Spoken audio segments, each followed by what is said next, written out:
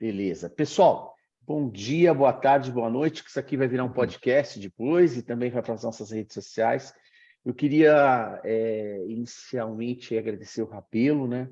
Amigo de muitos anos, do coração, né? Então, Sim, senhor. obrigado, Rabelo, integrante do PAV, vai assumir a direção aí científica da BHV no próximo triênio. Então, primeiro, Rabelo, muito obrigado aí, né, por estar com a gente aí, integrante do PAV, para a gente falar sobre um assunto extremamente importante. E antes de começar, Marcelo, vamos agradecer, né, quem faz com que a gente seja Sem aqui, dúvida. né, cara? Faça as honras da casa aí, por favor. Então, boa noite a todos, aí, muito obrigado a presença de todos. Como o João falou, bom dia, boa tarde, boa noite, que para nós que trabalhamos o dia inteiro é um dia inteiro, né?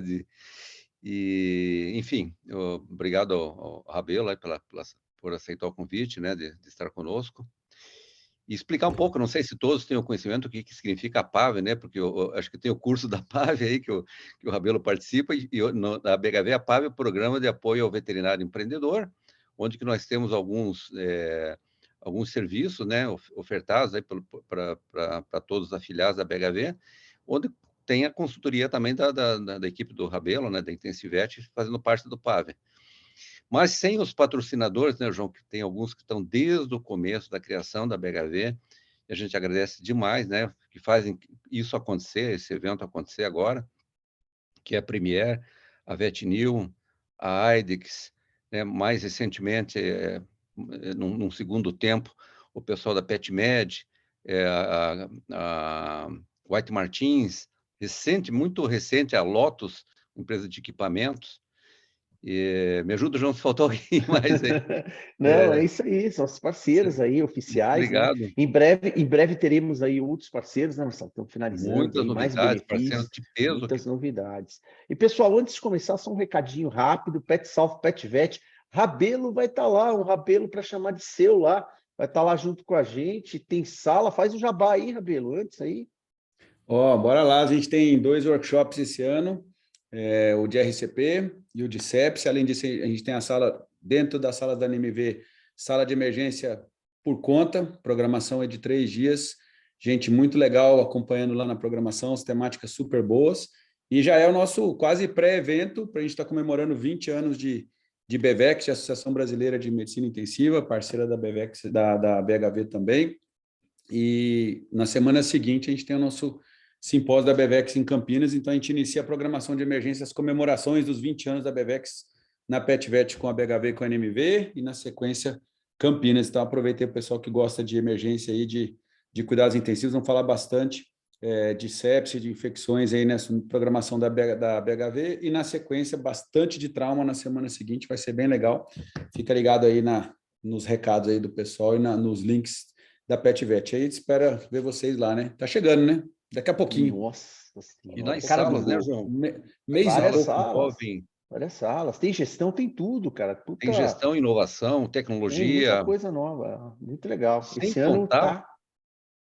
sem Pode falar, contar Marcelo. que nós temos em novembro, né, a A terceira convenção convenção, ABHV, dia é 26, verdade. 27 e 28 desculpe, outubro, Quer me matar do coração, Marcelo? Pelo, outubro. pelo amor de Outubro. Deus, não faça E não. ó, Ô, novidade Rabelo, aqui quentinha, né, Marcelo? O isso, CEO isso. do Arra, vamos ter a presença confirmada, CEO do Arra, nós vamos lançar aí o primeiro indicadores em parceria com o Arra e vamos assinar o nosso contrato de parceria na nossa convenção. Convenção. Cara, e olha que orgulho, hein, Marcelo? Quem diria, hein? Quem A região diria, de mas vamos lá. Campinas, né, É, no Royal Palms. Então, quem não for isso. afiliado tem uma condição totalmente especial, né, para se afiliar e participar da convenção. Temos algumas vagas lá para quem não é afiliado. Meu, vamos dar início aqui. Rabelo, cara. Estou vendo você falar 20 anos, cara. Pô, eu te conheço. Ó, eu tô com 33. Pô, Rabelo, eu te conheço desde os 17, mais ou menos, tô brincando. Rabelo, cara, Nós não podemos colocar o Fenas aqui, porque vai ficar aí sim. é, Você falou que isso aqui vai ser gravado. O senhor poderia isso. ser preso se eu comentar a respeito do nosso relacionamento anterior a essa data. Então, acho melhor deixar por aí. Isso vira Cara, fake news, hein, Rabelo? fica Vira, fake vira, news. vira, vira, vira, vira. Ó, eu queria aproveitar aqui, antes de começar, Rabelo, eu queria falar assim, você lembra que a primeira UTI que a gente montou, que a gente tirou um monte de foto em 2006, hein? Que eu fiquei 3 meses sem um paciente dentro da UTI, linda, saía todas as fotos. Ah, que coisa maravilhosa, mas não tinha paciente, Rabelo. Mudou, tá mudando muito, Rabelo? Tá mudando, cara? Só uma provocação antes de você começar aí. Agora tem paciente, mas não tem quem cuida, né? Putz, verdade, verdade. Agora verdade tem bicho. mesmo. Tem gente que paga e tem bicho, mas diz que não tem veterinário. Tem aqui? Nós viemos hoje à noite para ver se acha alguém. Quem quiser trabalhar na UTI e tal, tem 57 pessoas aí que quiser vaga aí, tá cheio de vaga, né? Então tá Olha, só faltando tem. gente agora. Tá Mas cheio acho que de quem dono veio de aqui UTI. hoje também está procurando, né?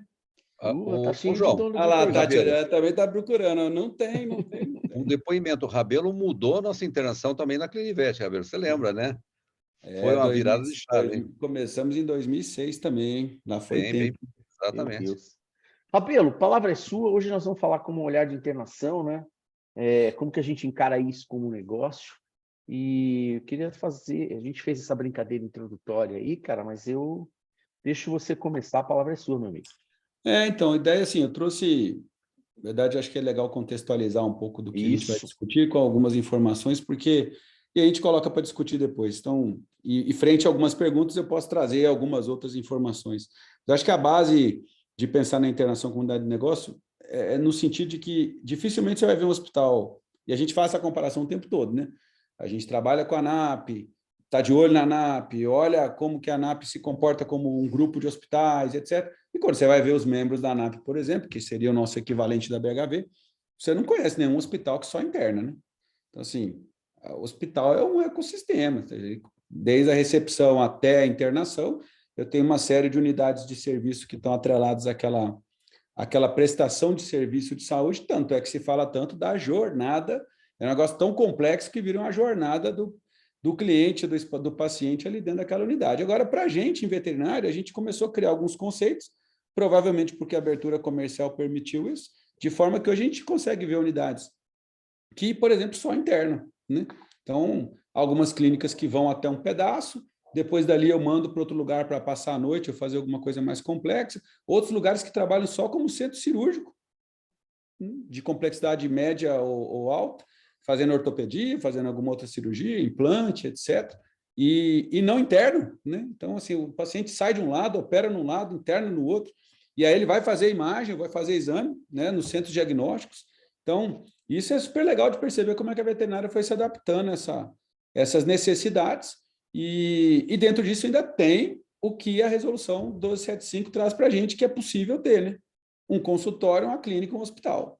Então, é tão difícil hoje a gente normatizar que quando a gente registrou o nosso serviço de telemedicina no Conselho Regional, graças à resolução que saiu desse grupo aqui também, e para você ver como é que a gente precisa melhorar. Eu recebi uma fiscalização do Conselho na minha unidade. Eu recebi uma necessidade de alterar 23 pontos que estavam irregulares no meu serviço de telemedicina. Plano de gerenciamento de lixo, plano de contingência para não sei o que. Eu falei, eu só tenho um computador e uma pessoa, eu não tenho clínica, é só o serviço de telemedicina. Então, a gente percebe o quê? Que a resolução não está, ela tem que atualizar para os novos serviços que estão aparecendo, né? Então, nós, por exemplo, temos um serviço registrado no Conselho Regional como prestador de suporte remoto, que é o que a gente faz aqui no PAV também, junto com o serviço de consultoria. Mas os conselhos ainda não estão preparados para esse tipo de fiscalização, porque eles não sabem, né? Para eles é consultório, clínica ou hospital. Então, se você é só centro diagnóstico, como é que você vai ser fiscalizado? Se você é só um centro de internação, como que você vai ser fiscalizado? E dentro desse processo todo, ter uma unidade de internação para as clínicas e para os hospitais também passou a ser um desafio. Quantos de nós já não discutimos aqui, em outras ocasiões, e ao longo desses 20 anos, putz, eu acho que eu vou arrendar, não sei se eu fecho a internação dá prejuízo, ou se eu tenho internação, eu não quero internar 24 horas. E o desafio que a gente corre no dia a dia de competir com unidades que desafiam a nossa paciência, já que elas têm registro para clínica 24 horas ou para hospital, mas funciona no famoso esquema, deu 6 horas da tarde, não tem ninguém por lá, se quiser você chama no celular. E essas unidades competem com unidades que, obviamente, mantêm um centro de custo extremamente alto para poder sustentar essa estrutura 24 horas. Então, a gente vive em um cenário onde há uma complexidade legal, jurídica, estrutural para o nosso negócio que torna extremamente desafiador atingir o santo graal da medicina, né, ou da assistência à saúde, que é a quádrupla meta.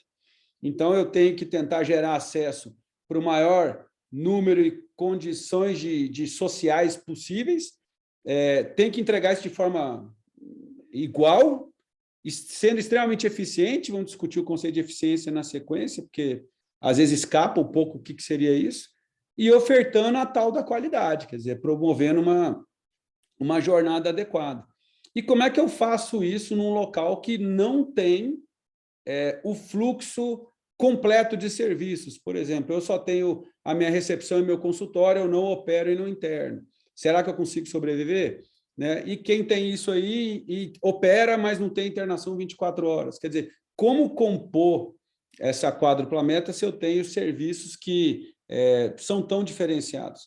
Então, eu acho que uma das sugestões que vai ficar para hoje é a gente começar a pensar bem se mesmo independente do tamanho do negócio que eu tenha, eu consigo tentar cumprir com os 7 grandes pilares de Dona Bedian, né, o pai da qualidade da medicina, da assistência à saúde, que deixou muito claro que a estruturação física, dependente de processos e dependente de medida de resultado, é o que vai promover uma boa assistência à saúde. Mas aqui é importante lembrar que existe uma diferença grande entre ser eficaz, efetivo e eficiente.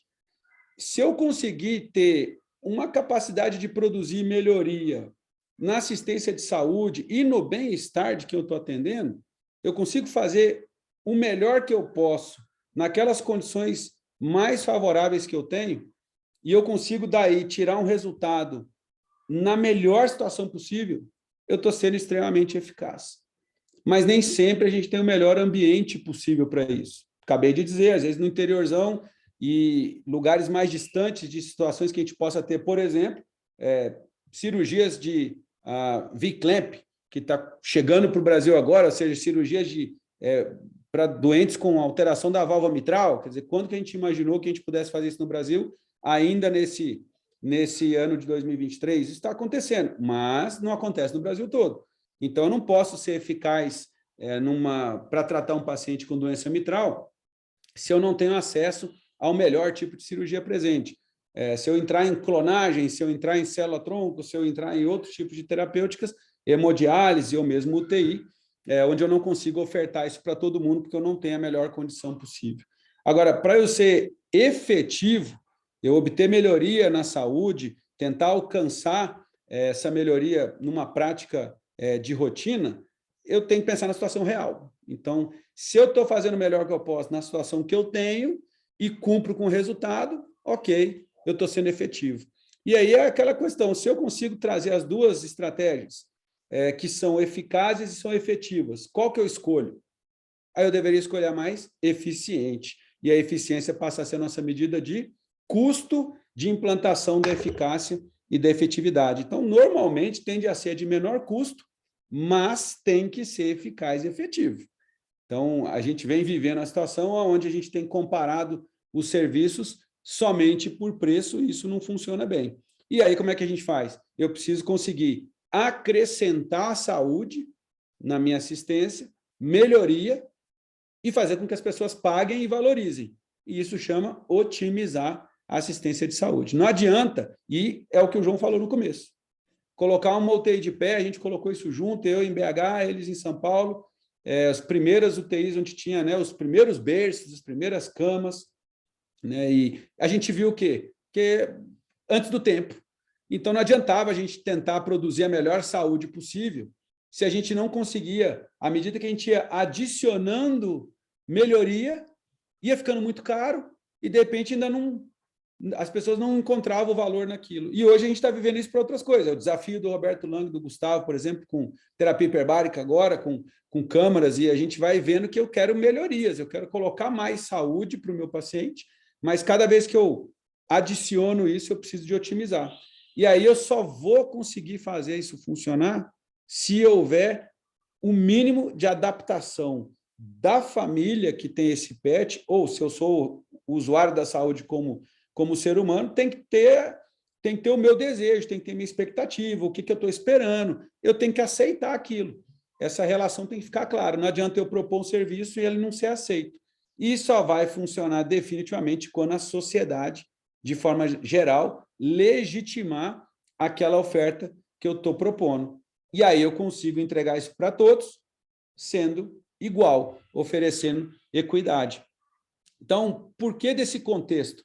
Porque a gente sabe bem que para cumprir com o meu processo como um todo, eu estou falando da gestão completa de um serviço, vale da recepção até o fundo de qualquer clínica ou hospital, é claro que eu vou precisar de estrutura para poder fazer isso, vou precisar de criar meus processos e vou ter que gerar resultados. Por quanto tempo, e nessa época era assim, a gente não ficou preso aqui. E aí a gente teve um boom nos anos 2000, onde todo mundo que podia conseguiu reestruturar. O dólar foi no chão, a China abriu, o correio esqueceu que a gente podia importar bomba de infusão, monitor, acho que até tomógrafo chegou no correio aí em alguma clínica, porque tudo você comprava pelo correio e vinha. Não tinha manutenção, não tinha assistência, não tinha registro, como também não tem hoje. E a gente viu um salto de estruturação sem prestar atenção nos recursos humanos, no treinamento contínuo, em como colocar pessoas para usar essa estrutura e, claro, nunca nos preocupamos com resultado, até que começamos, por meio da própria BHV, a pensar mais no processo de gestão e de resultados. Só que a gente ainda não consegue linkar toda a parte de gestão que envolve pessoas e negócios com a parte da gestão médica, que é um pouco do motivo da gente estar aqui hoje. Ou seja, eu atrelar o volume de consultas, o volume de internações, o volume de diárias vendidas, tudo isso é financeiro. Ok, mas e quanto eu mato por mês? Quem eu mato? Por que eu mato? Se eles morrerem no meu serviço, eu sou punido? Tem algum órgão que controla a mortalidade no meu serviço? Tem alguém que bota uma barra e fala, deixa eu te falar, não pode entrar 10 gastroenterites na sua clínica esse mês e morrer 9. Tem alguma coisa errada, eu vou mandar um fiscal aí. Quer dizer, alguém não está entregando isso ou não é obrigatório, e a gente não entrega, a gente não sabia que tinha que entregar. Só que a gente está vivendo consequência disso, né?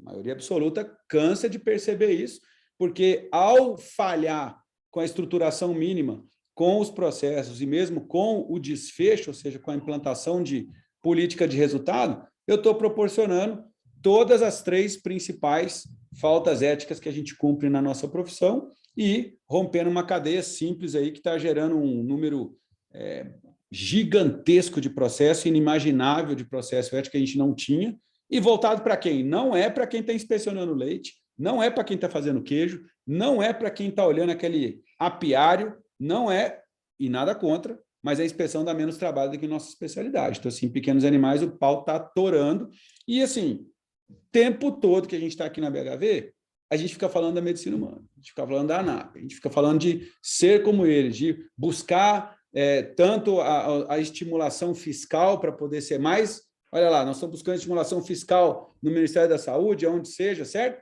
Para quê? Para eu tentar acrescentar saúde e ganhar margem e poder sobreviver, ser mais eficiente. Não é só para pagar menos imposto, é para conseguir dar saúde de uma maneira mais justa. Mas por que a gente não consegue? Porque para a gente faltava justamente esse movimento que está acontecendo agora. Legalizar, normalizar e, de certa forma, tornar obrigatório certos níveis de prestação de serviço. O que eu sei que pode soar quase que inalcançável. O João falava aqui mais cedo na entrada que alguns de nós não vamos estar aqui para ver certas mudanças, certo? E é verdade. Pensar que a gente precisa de alteração legal na nossa profissão para fazer alguma coisa é algo que é um grande desafio. Nós temos que continuar batendo de frente, porque senão tudo que vocês viram hoje, a maioria do que estão aqui, estão no grupo de afiliados, viram aí as notícias aí de novo, colega colocando anúncio de colega de outdoor, botando preço baixo e não sei o quê, e o conselho tem que fazer isso, o conselho tem que fazer aquilo. Não é o conselho que vai fazer isso. Se a pessoa não é veterinária, não é o conselho que fiscaliza, a política de preço não é o conselho que regula. Enquanto não tiver algo que diga o senhor está ofertando um serviço para a sociedade que é não é sanitariamente comprovado, que você não consegue entregar a garantia do que você está fazendo, você não é responsável pelo que você faz. E aí, se a gente vai para a internação, isso também é terra de ninguém. Então, a gente não tem padronização do que é uma UTI. E isso é uma briga. Você pega serviços, de novo, como os que a gente conhece principalmente em São Paulo, UTIs que cada leito custa 150, 200, 300 mil reais para montar um leito. Como pode que um hospital oferece uma diária de UTI por 600 reais? Então, enquanto a gente está discutindo a castração de 100, nós estamos no outro nível aqui discutindo UTI de 600. Mas é muito bom para aquela comunidade que está ali em volta saber que aquele hospital, olha, ele tem UTI.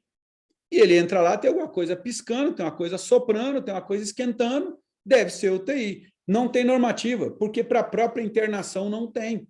A 1275 não deixa claro o que é uma internação. Então, ela diz o seguinte, o senhor tem que ter um monitor multiparâmetro. Tá, multi de quanto? Temperatura e respiração é multi. Né? Agora, se eu colocar uma pressão invasiva, se eu colocar uma capnografia, se eu colocar 2 canais de pressão de não sei o quê, eu estou acrescentando saúde, no mínimo legal, mas quem é que está me pagando por isso? Porque eu saio do investimento de 3, 4 mil reais e vou a 25. Quem paga essa conta? Rabelo, Recentemente saiu... Posso aproveitar Deve, fazer favor. uma colocação? Por favor. É um movimento crescente dessas UTIs com aparelhos sem calibragem, Rabelo. Opa, hein? Conta para mim. E o importante e interessante perceber que a gente que trabalha com aluguel de bomba de difusão, a gente abriu esse mercado há 15 anos no Brasil e vemos muito bem como isso cresceu e percebe que hoje, por exemplo, são poucos os hospitais que são clientes nossos que nos pedem os laudos de calibração.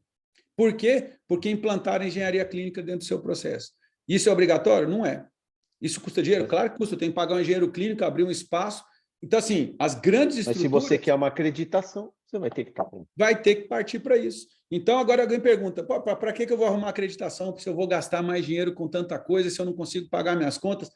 É um processo que realmente tem que conseguir enxergar muito à frente para a gente poder acreditar nesse processo, né, de alguma forma. Então, quando a gente busca padronização, a gente vai ter que olhar para o lado humano, não tem como, para começar a trabalhar a estrutura. Aí você vai se deparar com isso aqui. Você quer estruturar a sua internação no hospital humano hoje, é isso aqui que você tem. Ó. Você tem pelo menos uns 40 tipos de leito diferentes que vão cair naquele processo de pagamento do plano de saúde, vai cair no pagamento do SUS, vai cair no pagamento do particular. Que leito que é esse? É leito de observação do berçário, é leito do berçário do alojamento conjunto da longa permanência. Nós preferimos simplificar. Isso não está normatizado, mas via Academia Brasileira de Emergência e Cuidados Intensivos, que é a academia responsável junto ao Conselho Federal pela especialidade de medicina intensiva, e muita gente confunde a medicina intensiva com UTI. Medicina intensiva cuida de paciente grave. Paciente grave ele aparece desde a zona de desastre ou de uma zona pré-hospitalar da rua e ele termina numa UTI. No meio do caminho, ele passa por um pronto-socorro, ele passa por uma enfermaria, ele passa por uma internação simples. Então, a gente fica se perguntando quem é o responsável, quem é o especialista da internação? É o médico veterinário que cuida da medicina veterinária intensiva. E ali dentro, ele vai convocar os profissionais das outras especialidades. Então, existe sim a necessidade de que haja direção clínica correta para que os pacientes consigam receber o serviço correto, gastando o que precisa de gastar. Então, se eu for separar essas zonas de internação desde a chegada, a gente sugere que haja uma zona, que a gente chama de zona cinza, né? Por quê? Porque quantos de nós recebemos gente que não tem documento, não tem dinheiro, não sabe quem é, não achei, eu vi na rua. Eu não sei qual que é o risco sanitário que eu estou correndo. A gente teve 22 mortes por raiva recentemente do México até o Brasil. Leptospirose, nem se fala. Brucelose é a mesma coisa, fora as bactérias multiresistentes. Eu não posso colocar dentro da minha internação alguém que eu não consegui fazer um filtro mínimo de segurança sanitária. Eu preciso de uma área para guardar esses pacientes de risco até que a documentação e a parte segura sanitária esteja resolvida. Então, eu preciso de adequar essa zona, porque ela pode, inclusive, virar uma zona onde o doente vai ficar dormindo um dia, por exemplo, aguardando. ou um resgate por uma ONG, ou a polícia que vem buscar, ou então a definição de que ele realmente vai ser internado. Então, a gente hoje vê locais que possuem essas separações de uma forma ou de outra. Tem a Andressa, por exemplo, trabalhando unicamente com a internação, pode ter uma área maior, ou então a gente tem uma área exclusiva para receber isso, porque também recebe mais internação e encaminhamento do que paciente próprio, e cada um vai definindo o que é a sua gray zone, podendo ser, inclusive, uma área de 2 metros, 2 por 2 e alguma coisinha, como o que a gente desenhou para o querido Roberto há uns anos atrás, lá no Santa Mônica. E a mesma coisa, dependendo do tamanho do hospital, você escolher no seu desenho quanto que eu vou investir nessa área, que tipo de equipamento que eu tenho que ter ali dentro. Passado esse primeiro momento, eu interno. Ok, eu tenho que entender que aqui tem uma confusão, porque eu já fui consultar valor de internação, e aí por São Paulo mesmo, eu já cheguei em internações aí de R$80 por dia. Quando você liga e pergunta, quanto é que está a internação? 80. Aí ligo também aí em São Paulo, quanto é que está a internação? 590. Tá, mas qual a internação que é? Não, a gente interna, a gente cuida aqui, fica um veterinário 24 horas. Eu sou cliente, falo, pô, mas 80, 590? O que você me oferece? E aí começa aquela briga. Não, porque o senhor tem que vir, tem que passar por uma consulta, porque senão eu não vou saber, porque aí tem a bomba de difusão, pode ter oxigênio, os exames são à parte, e aí não sei. O cliente fica enlouquecido, ele não sabe o que fazer. A gente precisa começar a conversar o mesmo tipo de idioma. Se eu vou cobrar pouco, eu vou oferecer pouco. E eu tenho que morrer pouco, porque senão eu não devia estar nessa unidade, eu devia estar em outra. Então, não pode ter uma unidade que cobra R$80 e cães e gatos morrerem, porque essa unidade não é para bicho morrer. Eu não consigo ofertar saúde para salvar a vida de alguém com R$80 por dia. Isso é impossível. Agora, se ninguém fiscaliza... Nem com parceria com o Pet Memorial? Aí pode ser que valha a pena, porque a comissão do Pet Memorial é capaz de ser mais cara do que o que sobra dessa diária de R$80, vale mais a pena, né? Então, a gente passou a separar, olha, se eu classifico bem a gravidade, e dentro de 4 classes, usando o sistema START com o Manchester que a gente adaptou, 1, 2, 3 e 4, a maioria dos senhores conhece, preto, vermelho, amarelo e verde. Se for verde e amarelo, monitorização é simples, eu tenho um veterinário à disposição 2 vezes por dia, no máximo 3, para ajustar a evolução. Ou seja, ajustar a prescrição, solicitar ou retirar algum exame, programa alta e tchau. O score de gravidade medido pelo EpoScore não pode estar acima de 30%. Então, isso garante que eu coloquei ele numa enfermaria que a gente chama de internação simples. Mas isso que está aí é simples? Ué. Não é um monte de gaiola que a gente espalha na parede e enche de bicho e coloca uma pessoa só para cuidar? Todos vocês fazem isso. Todos vocês têm uma área dessa, onde ficam 7, 8, 9, 15, 20. Não vou nem falar dos que eu conheço que colocam 120 e tem um veterinário só para cuidar. Aí é irresponsabilidade da minha parte se eu colocar um colega para cuidar de 10 animais que estão graves. Não vai funcionar, todo mundo sabe disso, todo mundo vive isso, e é um problema. Então, isso tem que ser a enfermaria. O mesmo lugar que no hospital de gente, você não fica com um enfermeiro ou médico com você. Você está lá, ué. As pessoas passam lá 2, 3 vezes por dia, como é que o senhor está? Tudo bem? Deixa eu aplicar o remedinho, deixa eu ir embora. Fica muito caro eu dedicar pessoas especializadas para alguém que não está grave. Agora, o que nós fizemos no Brasil? O país a ser estudado, né? Aqui virou isso aqui, ó. Isso aqui também é internação. Eu ligo na clínica, seu interno, quanto custa? 80. E cuido. Aí você vai lá, é isso. E é isso. Isso tem um alvará. Esse negócio tem um alvará. Ele funciona. Esqueceram um morto lá no fundo ali, ó, mas passou batido, porque não dá para cuidar de todo mundo o tempo todo, né? Nem guardar o morto não dá tempo. Isso aqui tem alvará. O que me irrita, guardei meu CRMV. A carteirinha é igual a de vocês, é igual a minha, pô. O alvará é igual, tem um carimbo do Conselho Regional ali, permitindo que esse tipo de coisa aconteça. Mas tem que denunciar. Ô, gente, hoje nós não estamos aqui para denunciar ninguém, não. Nós estamos aqui para fazer o seguinte. Eu vou botar o meu nome aí? Eu tenho certeza que alguém olhou e falou, o gato está na gaiola do canário. Esse é o menor dos problemas. Esse é o menor dos problemas. O gato que está melhor aí é o gato que está na gaiola do canário. Por que que enfermaria não pode ser um negócio diferente? Agora, é claro, se alguém liga e fala, eu cobro R$400 para o seu cachorro deitar no sofá, algumas pessoas vão querer, outras não vão. O que a gente ainda chamava de só UTI, né, João? Há 10, 15 anos atrás, hoje é leito de enfermaria. Mesmo que o animal esteja bem, tem muito proprietário que não quer ver ele na gaiola, quer ver ele na cama. Ele quer uma cama, então vão dar uma cama para ele. E assim eu vou agregando saúde, sendo efetivo, eficiente e eficaz. Porque eu não tenho 50 camas. Aí eu tenho 4 camas e cobro pelo preço de 50. E eu não preciso de 50 pessoas, eu preciso de 4. Mas é uma escolha de negócio. Né? Se eu evoluir disso, eu poderia ficar só com isso. Poderia ser a minha unidade. Ó, eu vou fazer enfermaria. Você monta seu modelo de negócio para enfermaria. Para de querer se meter a fazer UTI ou a fazer semi-intensiva se não tiver condições. Ah, mas na minha região não tem ninguém. Ó, então tem que olhar se também tem alguma coisa da saúde humana na sua região, porque está cheio de região aí que, infelizmente, a saúde humana também não chegou.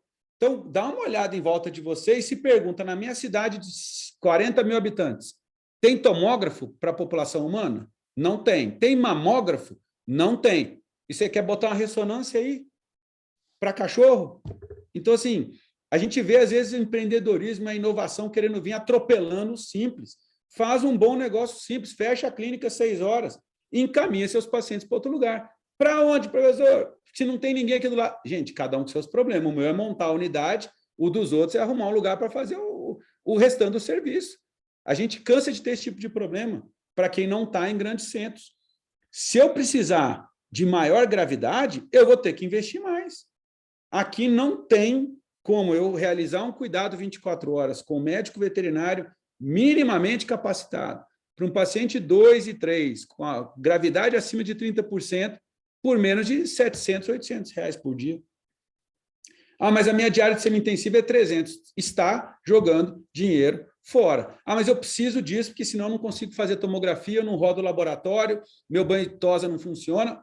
Ok, eu estou sacrificando uma unidade de negócio em virtude de trazer clientes para fazer rodar o resto do meu sistema. Está tudo ok, mas depois não fala que internação é ruim, não dá dinheiro. São duas coisas completamente diferentes. Então, aqui, eu preciso de gente. Então, enquanto na enfermaria eu não disponho de médico veterinário o tempo todo, aquele animal vai ver um médico veterinário 1 ou 2 vezes por dia. O resto é enfermagem, auxiliar. Aqui não. Aqui eu já tenho que ter evolução contínua do meu doente. É outro esquema. E aí eu chego em UTI, que é paciente que precisa do maior cuidado possível para evoluir bem. UTI não é lugar de cachorro morrer, mas ainda tem muito disso, né? Encaminha dentro do próprio hospital, os próprios clientes internos, que são os nossos colegas de internação, muitas vezes demoram para mandar o paciente para a própria UTI do próprio hospital. Você já tem uma resistência interna de vender um serviço. Mas por quê? Porque se eu tiver que ventilar um bicho hoje e fizer isso por menos de R$2.500, o senhor está jogando dinheiro fora. Não, mas eu não estou, não. Lá na clínica eu ventilo e eu ganho dinheiro. Se eu usar um ventilador da Arno, funciona, você está ganhando dinheiro. Mas se eu comprar um ventilador de verdade, você vai arrancar com R$30 mil por baixo para fazer uma unidade dessa. Aí eu tenho ar comprimido, eu tenho oxigênio, eu tenho não sei o quê. Você ventila 2 pacientes por mês, sua célula de oxigênio consome, sua borracha do sensor, do servo, não sei o quê, estraga. Quando vai ver, R$6 mil de manutenção. Rabelo, eu queria fazer um depoimento aqui. Por favor. Logo que a gente inaugurou a nossa UTI, os primeiros 5 meses, foi uma frustração minha, eu cheguei a comentar com você isso lá em 2007, que eu falei assim, pô, Rabelo, será que um dia a UTI vai dar certo? Porque é um depósito de mortos. Quando não tinha mais nada para fazer, em algum momento da história, ali era um passo antes do Pet Memorial. Então, joga para a UTI que vai morrer. E a evolução da espécie dentro do meu hospital, a gente conseguiu entender que hoje a maior unidade de negócio do meu hospital por metro quadrado é a UTI. Engraçado esse contexto de evolução, né, Rabelo? Total. E avaliando que quando você tem menos leitos, você acaba tendo uma facilidade maior de ocupar. Quantas vezes a gente discutia que não era a ocupação da internação que estava baixa, você que tinha canil demais. Né? Puta, O Marcelo aconteceu a mesma coisa, a gente cansou de falei, tira essas gaiolas daqui, põe um sofá para alguém sentar, porque assim, você fica decepcionado de ver aquelas gaiolas vazias, você fala, nossa, eu preciso aumentar. Não, você não precisa. Tem 20 anos de Santo Inês e você nunca ocupou 100% das gaiolas. Não vai ocupar nunca. É que há 20 anos atrás, né, a gente perguntou para o seu Zé, né? Ô, seu Zé, quantas gaiolas cabem aí dentro? Então, era essa a programação da internação, né? Hoje não dá para fazer isso mais. Né? Ô, Rabelo, eu visitei nessas viagens pelo Brasil um hospital que tinha 132 gaiolas de internação. Pois é isso aí. Faz parte. São modelos de negócio. Agora, eu não conseguiria ficar confortável sendo eu gestor dessa unidade. Né? Então, assim, para mim não encaixa. Eu prefiro hoje, como eu trabalho aqui, até porque a gente tem outros braços de negócio, seja educação, seja até etc. Então, no negócio clínico em si, deixa eu tirar a Cirida aqui, a gente tem hoje 8 leitos, né? Que podem virar 10 leitos. E é o nosso limite. Então, a gente prefere ter, é um modelo de negócio, eu prefiro ter uma segunda unidade com mais 10 leitos em outro lugar do que botar 20 leitos onde eu estou hoje. Né? Então, é uma questão de lugar, geografia, quem que eu tenho, o tipo de cliente que está ali em volta e que tipo de serviço que a gente presta. Porque, olha só, de novo a gente viu já, né? Tá aí, presente do João aí para vocês, que vai para a nossa coleção. Então, será que eu estou olhando meu negócio? Essa história de ficar olhando para a concorrência, ela não faz sentido se você está aqui na BHV. Faz sentido você olhar para dentro da BHV, mas você começar a olhar para a concorrência que cobra isso aí, ó, R$50 para não sei o quê, 78, plantão de não sei quanto. Não dá. Isso é todo dia? É todo dia. A gente vê isso no grupo o tempo todo, mas tem que esquecer. Nós temos que vir para cá. Nós não temos critérios para UTI. Estamos brigando saudavelmente com o nosso conselho para tentar normatizar isso. Até lá, o que eu faço se não tem norma? Eu sigo a norma do CFM, sigo a norma da Anvisa, eu vou seguir na minha norma. Foi o que a gente fez com a telemedicina. Eu tenho que criar critério. CFM tem norma, o Colégio Europeu tem norma. Quem que eu admito em UTI? Eu tenho que ter diagnóstico e necessidade compatível. Acabei de dizer, a gente usa score de gravidade para determinar isso. Se não tem score alto, eu não vou gastar dinheiro com esse paciente, porque ninguém vai querer me pagar. Adianta eu fazer 4 gasometrias de um bicho que não vai morrer num dia? Não adianta, não resolve. Então, assim, as duas grandes coisas que a gente percebe em veterinária é que tem sobrado leito, né? Esse é o nosso perfil. Dificilmente vocês abortam internação. Alguém depois me conta se tem acontecido. Fala, não, eu mando internação embora todo dia. Isso em medicina humana é a realidade. O meme da terapia intensiva humana é tem vaga. Eu quero uma vaga. Preciso de uma vaga. Não tem vaga. Não tem disponibilidade de leito. Para nós, não. A gente faz o quê? 5, 10, 15, 20 UTIs por mês, às vezes se considera super bom, porque as UTIs nossas estão dentro das grandes internações. Né? Então, os modelos de negócio são diferentes. Agora, olha o que está acontecendo mesmo aqui no Brasil. Mesmo onde já tem norma, tem necessidade, tem lei, os médicos não têm consenso. Vocês cansam de ver essa discussão. Gente que não precisa de UTI está na UTI e gente que precisa estar no corredor da emergência. É só pegar o Covid e ver o desastre que isso aconteceu. E quer falar de equidade dentro dessa jornada? A medicina aí. Se os médicos não conseguem oferecer equidade, eu só tenho serviço de UTI em 10% dos municípios do Brasil hoje. UTI, 10%. Você quer abrir uma UTI na sua cidade que não tem UTI de gente? É o básico que eu tenho que olhar em volta da minha comunidade, falar em que ponto que a minha comunidade está. Como é que eu consigo elevar isso? Fazendo uma ótima internação simples. Ou então, como diz o outro, economiza recurso, né? Então, assim, às vezes eu posso tratar de 4 pacientes num leito só, às vezes funciona, se for tudo irmãozinho, né? A gente tem que adaptar. Eu não vou ver isso no hospital de gente nunca. Nasceu quadrigêmeos. Para economizar, mete os 4 gêmeos num berço só, porque vai ficar barato de cobra diária só. Em veterinário, nós vamos ver. Não tem isso? O criador chega lá e fala, opa, estou com 10 animais, dá para o senhor fazer por 5? eu te dou mais um pernil e um fogão. Não acontece isso em veterinária? Vai fazer isso em hospital humano. Então, assim, nós temos as nossas individualidades, que vocês queiram ou não, nós temos mais folclore, nós temos mais relacionamento com o cliente, a gente quer ser médico do ponto de vista da entrega da saúde, mas a gente vai continuar sendo o médico do animal daquela família. Só que nós estamos vivendo os mesmos problemas. O lado de lá está dizendo o seguinte, ok, nós temos pouco TI por falha de financiamento e mais, não tem quem assuma. Os médicos também estão sem treinamento, não sabem fazer atenção de emergência básica, não conseguem transportar um paciente grave, e tem lugar aqui, ó, nos Estados Unidos, nem bomba de infusão tem. Olha os WhatsApp que a gente recebe aí. E aí, tem intensivista para indicar? Está em extinção?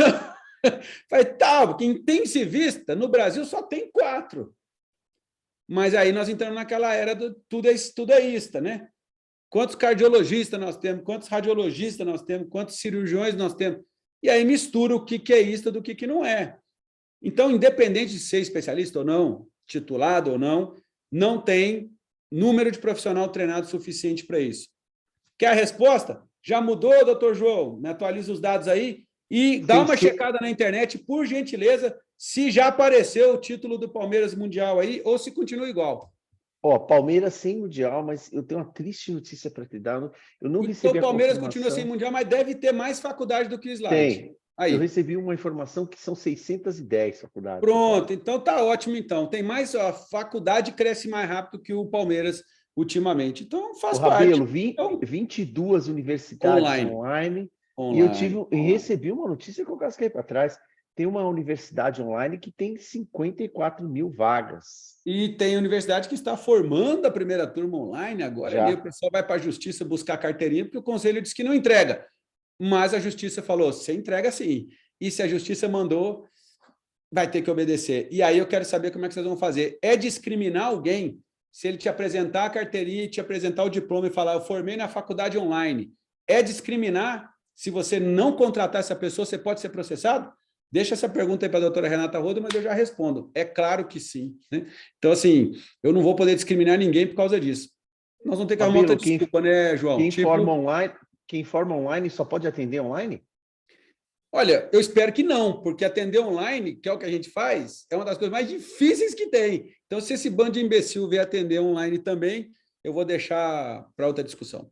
Então, olha só, o porquê está aqui, a gente já sabia da resposta, perfeito? E aí eu junto, então, esse fato ao quesito.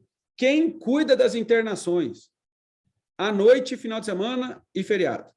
Não são as nossas estrelas. São as pessoas que têm mais vontade ou desespero e falam, eu vou pegar um plantão, vou receber isso aí, que é o que dá, vou me sujeitar, e aí o cara pega cachorro e gato, quando não pega outra coisa, com 2 dias de idade e com 20 anos de idade, com câncer e sem câncer, traumatizado ou não, e eu quero que essa pessoa resolva esse problema. E eu sempre trago essa conta para vocês. É muito fácil entender porque que às vezes as coisas dão errado. 2/3 do tempo. Diga. Isso na medicina humana também não acontece? Você não vai ter os melhores nos plantões no final de semana, no feriado, no Natal. Né? Aí que nós vamos chegar nessa resposta daqui 5 minutinhos, porque acontece, está piorando, como está acontecendo com o odonto, que a gente discutiu essa semana também, como está acontecendo com o direito, com qualquer outra profissão. Acontece que na nossa legislação, o nível de permissão para o desastre é maior. Então, assim, se um dentista me deixar sem dente, provavelmente ele vai ter o registro dele cassado ou ele vai ter uma punição bem mais severa do que alguém que ligou um ureter durante uma castração de fêmea. Ou que fez algum erro médico dos maiores. Arísio, o senhor foi preso, o senhor precisa de ajuda? Eu acho que o senhor não pode assistir live dirigindo, doutor Arísio, porque o senhor vai ser preso desse jeito. O Arísio está preso. É isso mesmo, Arísio? Não? Está tudo certo? É que o senhor manda aí também, né? O senhor manda em Cuiabá, está tudo em ordem. Eu achei que tinha uma viatura parando o Arísio, porque ele está com o celular ligado. O que o senhor está fazendo? Estou dirigindo e assistindo a live da BHV. Valeu o esforço. Nível de esforço. Vou para a cadeia, mas não largo a live. É isso aí. Olha lá, a viatura está acompanhando ele, João. Olha só. O doutor Ari está sendo escoltado esse é um de volta guerreiro. para o hospital, é isso aí. Então, essa conta não fecha. E o que acontece, Marcelo, nós estamos convivendo com isso e o volume de processo está acontecendo. A gente não está aceitando que a saúde humana entregue para a gente o que está entregando. Tanto é que está sendo rediscutido, né? Quem pode, quem não pode, que plano de saúde fica, que plano que não fica. Então, a gente tem que ficar bastante atento a todas essas alterações. O que eles fizeram do lado de lá? Pô, se eu não consigo vender melhor meu serviço, o que eu posso fazer para expressar melhor o nível de cuidado que eu tenho? Selo, processo. Alguém tem que indicar que aqui eu faço as coisas do jeito certo. E o que nós estamos fazendo? Mesma coisa, né? Então, se eu olhar para a acreditação como um esforço-sacrifício que não vai me dar dinheiro de forma imediata, eu não estou indo para o caminho correto. E eu tenho um conflito grave de interesse, assim como o Marcelo. Né? Por quê? Porque eu passei pelo processo. E eu não gosto nem um pouco de ainda ser o único acreditado. Porque isso me desacredita. Né? Isso nos desacredita. Fala, pai, isso é coisa do clubinho do João Buque, porque é só o Rabelo, e o Marcelo e o Rubi. Então, assim, nós três... contrário, né, Rabelo? Eu não quero. Eu quero que tenha 20 milhões de pessoas assim. É um N, relativamente desacredita grande, né? o processo, então vocês precisam de sim. E outra, não foi simples. E a gente tem uma reacreditação aí pela frente, a nossa vence agora em novembro desse ano, certo, Marcelo? E temos que continuar. Inclusive, amanhã temos reunião com o Tecpar aí, que vai ser o nosso... Estamos esperando aí para poder continuar. E estamos lá com a nossa plaquinha lá pendurada. E quando tem cliente que entende alguma coisa, você explica, mas vocês têm isso? Temos isso aqui. Então, eles perguntam para a gente por que vocês estão preocupados com isso. Né? Será que tem necessidade? Eu falo, tem, porque eu quero justamente por meio de algo que me diga que eu estou sendo excelente no meu processo, e aqui eu estou falando da internação e do restante, eu não quero ser ocioso, eu quero usar melhor meu sistema, eu quero usar melhor meu recurso, eu quero padronizar procedimento. E, de novo, não é a saúde humana que é campeã de ser boa, não. É o que o Marcelo falou. No Brasil, um hospital... Porque, olha só, a gente está muito acostumado aqui, gente, a nos espelhar em top 5 ANAP. Não se esqueçam que o Brasil tem um mundo de hospitais por aí. E se você pegar os números todos, 1/3 de produção do que poderia produzir. Também estão jogando dinheiro fora. Olha a média brasileira de cirurgia por dia de produção em hospital humano. Isso é um absurdo. Não é a mesma coisa em hospitais grandes. Fala, João. São 6.000 hospitais no Brasil, humanos, sendo que a ANAP são só 128 hospitais. Para ser ANAP, você precisa ser acreditado. Eles estão preocupados em fazer a ANAP crescer. Mas será que eles estão preocupados, como a gente fica o tempo todo em grupo do WhatsApp, mandando anúncio de médico vagabundo fazendo coisa errada por aí? Então, nada. O pessoal está se preocupando em crescer dentro daquele grupo, que é o que nós temos que fazer aqui. E largar o fogo pegando lá de fora. Quem quiser entrar aqui para dentro, vai ser muito bem recebido. Agora, quer ficar na fogueira aí fora? Que esqueme, né? A gente tem que realmente passar a entender que não vai conseguir construir uma avenida forte de crescimento nosso, de clínica, de prestação de serviço, se a gente ficar olhando e guiando por esse tipo de anúncio que a gente vê. E hospital humano é a mesma coisa. É muito dinheiro na mesa com desperdício, gente. A gente fez uma conta hoje, rápida, sobre um caso que nós tivemos, de uma decisão de não fazer antibiótico num paciente que tinha uma suspeita de peritonite. Então, foi uma decisão. Mas, no fim das contas, essa decisão culminou com 5 dias a menos de antibiótico. E a pergunta era, quanto a gente economizou com isso? E aí você vai fazendo a continha de padeiro, entre seringa, agulha, algodão, 10, 15 minutos de veterinário ou de auxiliar, 5 dias, multiplica isso pelo número de pacientes, você começa a perceber quantas vezes vocês viram um paciente com gastroenterite entrar na internação de vocês com aquela prescrição básica, cefmetro-enro, ondansetrona, ranitidina, omeprazol com não sei o quê, 7 ou 8 coisas, certo? Segundo dia de internação, nada mudou. Ele melhorou, mas a prescrição está igual. Terceiro dia, nada mudou, ele melhorou e vai ter alta. E ele simplesmente vai para casa 5 minutos depois de tomar 9 medicamentos. Não tem um descalonamento durante a melhora. Será que eu precisava de 4 dias de ranitidina? Será que eu precisava de 4 dias de ondansetrona? Ninguém evolui. Todo mundo troca, mal troca plantão. A evolução é A cada 12 horas eu discuti o que fica e o que sai. E como que eu ganho dinheiro com esse paciente aqui, tendo ele vivo na saída sem sequela. Olha a quantidade de desperdício que tem. A saúde humana lá fora gasta bilhões de dólares. E poderia ter um pouco mais de margem, só quase a metade, né, se não desperdiçasse tanto. E a gente faz a mesma coisa. Quando a gente olha para os números, vou trazer, por exemplo, números de piometra, que é coisa que a gente vê todo dia na internação. Qual que é a mortalidade dos senhores de piometra? Não sei, porque a maioria absoluta, acho que não mede especificamente, teria que puxar aí, deixa eu ver quantas piometras atendi, deixa eu ver quantas morreram. Aí eu pergunto para os senhores, de cada 100 piometras, vocês acham que morrer 3 é pouco, tá bom ou é muito? Frente ao que vocês acham, vocês não têm um número, tá? Mas vocês são experientes, são gestores, conhecem o hospital de vocês, vocês veem piometra todo dia, vocês devem saber mais ou menos quanto vocês acham que morre de piometra aí. Fala os números aí para mim, por favor. Oh, meu bem. De onde que saiu isso aqui? Tava lá no chão. Ué. A resposta que não quer calar é depende. Ah, depende de quê? Se é caramelo amarelo, se é o caramelo amarelo é diferente. Esse é um cachorro a ser estudado, só tem essa raça aqui, esse não morre, né? Eu acho que baixo ou não? É alto isso aí. É alto? Beleza. Então vamos andando para mais um pouquinho. A gente vai andando um pouquinho para a Europa aqui, estamos a 3 a 5%. O número está batendo. Aí eu começo a entrar para outros países. Vou ali para a França, 10%. Aí eu pego um grande exemplo. Um dos estudos mais lidos na área de reanimação de metas em cães é o estudo da doutora Andressa Conte, da tese de doutorado dela na época de São Paulo, né? Querida Andressa, que vai estar com a gente no PetVet em agosto.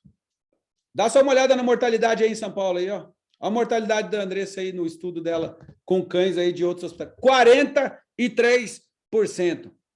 Ah, não, mas isso deve ser USP só e é cão de comunidade. Gente, é piometra. Como é que de cada 10 piometras morre 4? O que será que está acontecendo? É a gravidade, é o serviço, é o Brasil.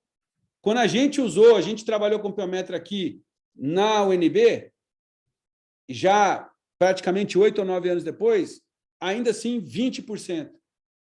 A resposta está aqui, na classificação de gravidade.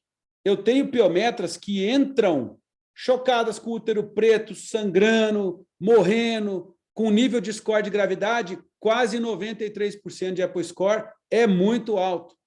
Eu tenho cadelas que entram com 44%, eu tenho cadelas que entram com 70%, eu tenho cadelas como a número 11 ali, que entra com 1% de EPO-score. Não pode ser a doença, é o nível de gravidade. Se eu não estabeleço a gravidade, eu não sei para qual unidade da internação eu mando. E aí, se eu interno uma piometra, eu mando um orçamento só, porque essa mesma piometra que está com o útero preto e rompido, quando vocês fazem orçamento, é orçamento de quê? Piometra. Então, é uma cirurgia, é a diária, é não sei o quê. Como é que pode ser que eu cobre a mesma coisa para um doente que entra com 1% de chance de óbito por um score de gravidade contra um doente que entra com 93%? E ele recebe o mesmo orçamento da mesma cirurgia, da mesma anestesia. Informado do mesmo prognóstico, né, Rabelo? Basicamente, porque pelo ultrassom, o pessoal fala em dedo, né? Ah, tem um dedinho no útero, tem 2 dedos, está grande, não está? Então, assim, a gente olha a piometra por tamanho de útero, tem que usar outros scores. Esse tipo de situação que eu tive com o João e o Pacheco, quando a gente trabalhou junto aí por tanto tempo no Santa Inês, chamou muita atenção, porque quando a gente bateu no mês de fevereiro, avaliando mortalidade por veterinário, por plantonista, chegou no mês de março, me chamou a atenção. O plantonista começou a matar demais. Chegou no mês de abril, falei, para, chama o plantonista aí, o que está acontecendo? Primeiro é o fato de a gente conseguir fazer isso. Ter a orientação de que o que está acontecendo por veterinário. Mas mais do que isso, meu amigo, o que está acontecendo? O senhor está bem de família, está tudo bem em casa, o senhor está feliz? Ou, perdão, as meninas, o senhor está simplesmente querendo me foder? Me beija. Porque olha só o que eu estou fazendo, o senhor matava 5%, 10% de paciente por mês aqui, agora está em 25%. Cada 4 pacientes que entram no seu plantão, um vai para o memorial. Ué, doutor João, está tudo ótimo. Eu não sei o que está acontecendo, não. Juro para o senhor, estou trabalhando bem.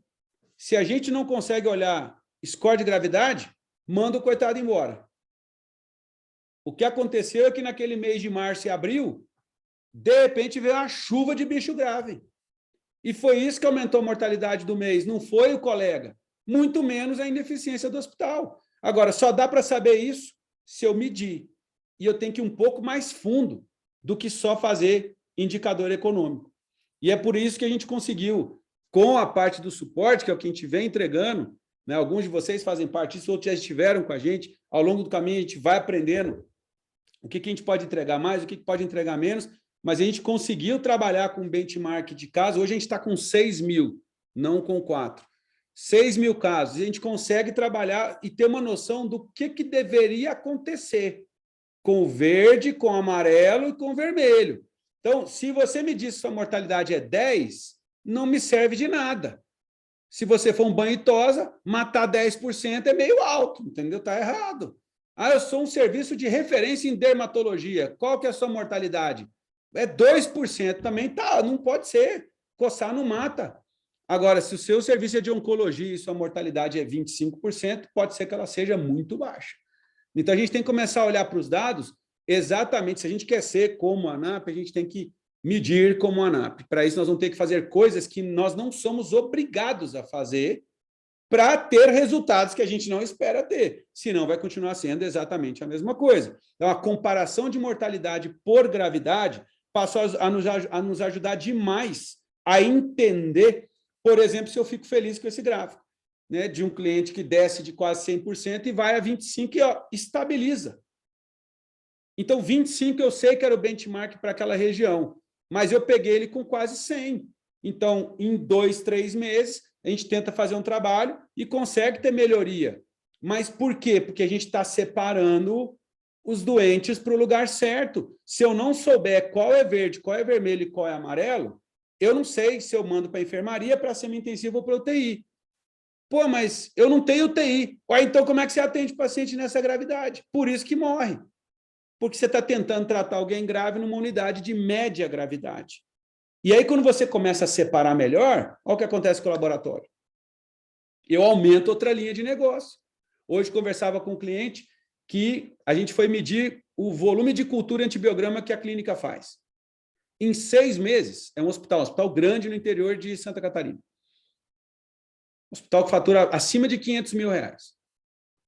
E fez 26 culturas em antibiogramas em 6 meses.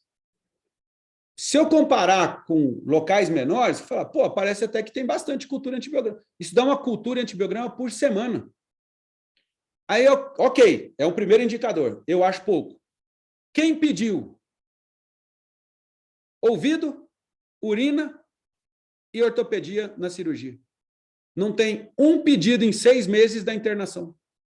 Mas como que a internação não pede cultura antibiograma? Vocês usam antibiótico? Não usa? Usa bastante. E como é que vocês conseguem usar se vocês não estão fazendo cultura? Olha o oceano que eu tenho aqui. Média de 10 pacientes internados por mês, a 2 diárias em média de tempo de internação. Cerca de 300 animais passam naquela internação por mês. Se a prevalência de sepse, por exemplo, se concretizar nesse serviço, eu suponho que cerca de 150 animais por mês tivessem indicação de cultura com antibiograma. Se eu pegar uma margem próxima de R$70, R$80 por exame, façam as suas contas e depois me digam se é a internação que não dá dinheiro ou se é a equipe que não tem aderência para coisa básica. Isso é um pequeno projeto.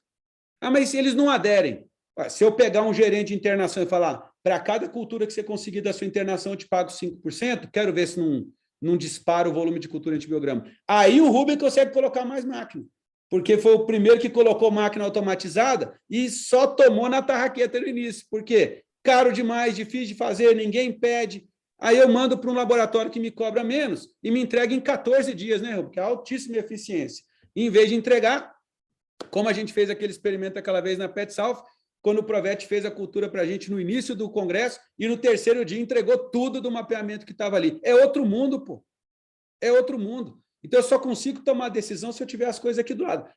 Mas aí fica muito caro. Por isso que eu tenho 10 leitos. Porque eu faço o que eu posso, na melhor condição que eu tenho, para o cliente que quer. Se aumentar o volume de gente que quer, eu compro outra máquina, compro outra cama, chamo mais gente, senão eu fico do jeitinho que está. E a gente cansa de abortar internamento, de estar com os 10 leitos cheios, hoje eu não posso, manda para outro lugar. Pô, mas se devia abrir outro leito. Enquanto eu não tivesse a demanda no número de dias suficiente para pagar a conta daquele leito, eu não vou fazer isso para fazer graça. Ah, mas seu ventilador não é rosa da Alemanha, mas ele é o que eu posso pagar para a melhor situação que eu tenho para ventilar o número de bichos que eu ventilo por mês. E assim sucessivamente. Eu não tomo decisão baseado no vizinho. Eu quero que o vizinho... Não vou rolar, porque senão vai ficar gravado, isso que é podcast, e aí não vai dar para contextualizar, certo, seu João? Então, por que na medicina humana às vezes funciona? Que tem um negócio chamado Anvisa, Ministério da Saúde, polícia, lei. Todo santo mês a Anvisa bate no hospital e fala o seguinte: doutor João Buch, por favor, quantos cachorros morreram esse mês aí? 67. Eu quero saber de quem morreu. Quantos de infecção por catéter, quantos de infecção cirúrgica, quantos de não sei o quê, porque tem por ordem lá. Ó. Qual é o sistema de classificação de gravidade que você usa? Classificação de quê? Não sei. Fecha essa bodega aí. Quando você não me entregar os relatórios de novo, hospital fechado. Você acha que o hospital humano faz isso porque gosta? É caro demais medir essas coisas, gente. Entregar resultado, botar CCIH para controlar a infecção, contratar farmacêutico, enfermeiro, médico infectologista. Não é bonito ter CCIH, não. É que tem que ter, porque senão morre de infecção e eu fecho o hospital, pô. É obrigado a ter. Nós fazemos por belezura, que a gente quer entregar qualidade. Só que só agrega uma camada de preço, eu não consigo, às vezes, cobrar por isso, e aí a gente fica nessa discussão eterna. E fazer os outros mudar de hábito é um inferno, porque todo mundo sabe a solução. Todo mundo aqui sabe a solução. Agora, sentar a bunda na segunda-feira e tomar uma decisão de verdade é mais difícil, porque vai mudar um pouco o gosto do que eu estou comendo. Né? E aí, se eu me remeter à matriarca da enfermagem, ela falou, cara... E hoje é um exemplo. Né? Isso aqui ficou legal, a gente vai ter discussão, etc., muito bom. E amanhã? Qual que é a atitude que eu tomei amanhã para a gente resolver esse tipo de problema? Ou eu lamento que a minha região está ruim, ou eu lamento que o concorrente está cobrando 10 vezes menos que eu, ou eu lamento que só eu sou fiscalizado na minha cidade. Ou o conselho só vem aqui, não vai lá. Ou a gente toma alguma atitude. Né? Então, espero ter sido um pouco útil aí, ou pelo menos ter trazido um pouco de energia aí para a gente poder continuar trabalhando, deixar à disposição meus contatos. Alguns de vocês já trabalharam ou trabalham com a gente em algum momento, então fico feliz de poder seguir com os senhores pelo apoio que vocês deram aí para a gente esse tempo todo. Chegou o nosso querido Paulo Corte, que é um deles também, e assim como Aris, Marcelo, João, todo mundo. Então, fico à disposição aí e vamos estar ao vivo e a cores aí no PAV em agosto. Espero estar com vocês aí em breve para a gente discutir outras opções de trabalhar. Agradecer o pessoal que veio hoje do Intensiflix, o pessoal que está com a gente aí hoje, Edu está aí também, ó. Chamamos para a live hoje, já teve aula já tarde, veio para cá agora também, né? Está trabalhando firme e forte aí, trouxemos bastante gente aí que está nas redes sociais aí com a gente para hoje, para poder ter um pouquinho de entendimento do que é a BHV, conhecer a associação, poder se associar, falar com o seu gestor aí do hospital para vir para a BHV também e a gente seguir o nosso trabalho junto aí. Beleza, pura? Maravilha, Rabelo. Bola, hein? A gente não conseguiu abrir para perguntas ainda aqui, mas eu queria trazer uns dados importantes para você. Rabelo, eu conheci o vice-presidente da Saúde Digital Brasil, que é do Albert Einstein, né? Ele foi um dos fundadores da telemedicina do Einstein, e ele contou para a gente como a telemedicina do Einstein surgiu, né? Falou que era meio clandestina, eles ficavam meio no negócio lá no escondido, tal, até conseguir a regulamentação. Trazer um dado para o senhor, o ano de 2022, o Albert Einstein fez 3 milhões de consultas online, doutor Rabelo. Então, assim, eu acho que o futuro passa por a gente usar ferramentas digitais para controle, melhoria de processos, esse Brasil do tamanho que ele é, né? Eu acho que o que você oferece hoje com a sua empresa, cara, é um diferencial muito grande. A gente tem muito orgulho de ter você no PAV. Queria só que você comentasse sobre isso, Rabelo. Como que a gente consegue hoje, aí, com a ferramenta digital, encurtar esse caminho a nível Brasil aí, cara? Do que a gente consegue trabalhar hoje, a gente conseguiu implantar. Essa semana foi essa primeira melhoria. Eu já vou abrir aqui para vocês poderem ver. Mas, basicamente, assim, quando a gente trabalha com a plataforma, que é uma das maneiras de a gente trabalhar junto no PAV, ou a gente trabalha via consultoria por projeto, seja arquitetura, reforma, fluxo médico, desenvolvimento de protocolo, etc., ou diretamente com os casos que a gente atende por aqui. Então, aqui a gente está na plataforma Staging, que é a nossa plataforma fake, né, para vocês poderem ver. Então, a partir do momento que eu vou abrir um caso aqui rapidamente, eu consigo já escolher a gravidade, quer dizer, quando vocês recebem o treinamento sobre o que é um paciente grave, você clica aqui sobre se ele vai precisar de um atendimento de urgência ou não, né? Vou pegar qualquer um dos nossos exemplos que a gente tem por aqui. Deixa eu pegar aqui, ó. Vou pegar aqui do Intensivete aqui, um para a gente aqui, ó. Aí. Então, posso colocar o peso aqui, tem a minha data de abertura, e minha hipótese diagnóstico, por exemplo, é parvovirose, né? Vou preencher os dados, que é algo que é sempre um problema e que a gente não dá atenção, que os dados devem ser preenchidos da melhor maneira possível. É algo que deveria estar em qualquer prontuário por aí, não deveria ser nenhum tipo de novidade, né? O sistema vai deixando as questões por aqui, a gente vai colocando alguns dados, 4, vou colocar algumas coisinhas rápidas aqui só para mostrar para vocês alguma coisinha. E preencho o que eu preciso, o que eu já fiz e o que vocês precisam de nós. E aí o atendimento se inicia, né? Ou por app ou aqui pelo sistema, a gente abre um WhatsApp próprio com prontuário fechado no sistema, né? E eu posso, a partir daqui, já fazer uma evolução. Então, o que o nosso time faz é dar um veterinário para vocês 24 horas por dia e 2 evoluções para aqueles casos que estão abertos aqui. A grande novidade está aqui agora. Então, o Apple Score ele é calculado diretamente por aqui. Então, quando a gente usa esse score, que é o score validado mundialmente para gravidade de internação, se eu colocar 60 aqui, por exemplo, eu escolho qual dos 2 que a gente está utilizando e mando atualizar, ele vai guardar no seu log. Se eu atualizar de novo, porque amanhã ele ficou menos grave, então o Apple Score dele caiu para 40, e eu vou usar agora o FAST, eu atualizo de novo, e aqui embaixo eu já tenho o último e agora eu tenho o penúltimo. E o sistema está dizendo, está faltando o diagnóstico, né? Então, em algum momento, eu tenho que colocar o diagnóstico definitivo, o diferencial, então, por exemplo, intussuscepção, se eu escrever certo, ok? E as comorbidades, então, posso colocar aqui câncer, etc, etc, etc. E eu confirmo isso. O que isso vai servir para vocês? Independente do sistema operativo que vocês usarem, SimplesVet, Vertex, qualquer outra coisa, nenhum deles tem condição de trazer para vocês depois o link entre a doença e a gravidade e o resultado final, que é a mortalidade. Então, assim, nós podemos, a partir daqui, saber, pelos dados de todo mundo, fazendo benchmark anonimizado, né, dos 6.000 atendimentos que a gente já tem, se um paciente com parvo que fez intussuscepção e tem câncer, com 40% de chance inicial de morrer, e ele morre, se isso é bom ou não. Extremamente complexo, extremamente profundo, mas que, para quem começar a gerar inteligência que precisa do ponto de vista médico, isso aqui, acoplado com os dados que vocês já têm, vocês já fazem com excelência, do ponto de vista financeiro, comercial, fornecedor e etc., que é tudo que a acreditação já também nos traz de aprendizado, né? Tende a ser para a gente a grande aposta para os próximos anos em termos de concentração de dados médicos em termos de sistema. Ainda nenhum outro sistema está fazendo. Lembro vocês sempre que vocês têm aqui os tutoriais também para utilizar os procedimentos de emergência dentro da plataforma, como colocar um colar de oxigênio, como colocar uma manobra qualquer de emergência, ou até mesmo aquela dúvida clássica, né, Tati, que às vezes aparece aí de madrugada sempre, ó, o cliente não quer pagar, ele não quer levar embora, o paciente é grave e o cliente, ó, o paciente está de alta, mas o cliente não quer pagar. Quem dá a resposta para a gente é a doutora Renata Arruda, te explica aí para o plantonista. Se o plantonista está desesperado de noite e não sabe o que fazer, em vez de ligar para o dono, assiste a doutora Renata, que ela explica o que fazer com recusa de pagamento de paciente na alta.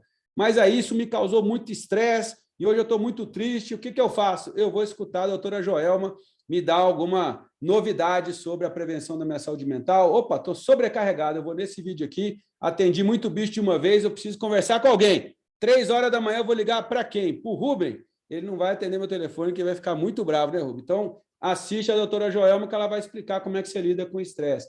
E assim a plataforma vai te dando condições. Precisou, por exemplo, numa cidade que não tenha especialidade XPTO, eu posso vir aqui e escolher a especialidade. marcar, por exemplo, a gastroenterologia com a doutora Carol Papalardo, por exemplo, que não está disponível neste momento no sistema Fake, e eu vou colocar o que eu preciso aqui, marcar com ela e agendar uma chamada de vídeo por aqui. A própria plataforma faz o vídeo, faz agendamento da interconsulta de especialidade, o que evita que você tenha que deslocar cliente de uma cidade para outra. O Dr. Paulo Corte foi pioneiro com a gente nesse piloto do agendamento de interconsulta lá em Araras, com muito sucesso. A gente agradece sempre ele por ter sido pioneiro nessa área. Das primeiras especialidades, todas passaram pelo Animal Planet.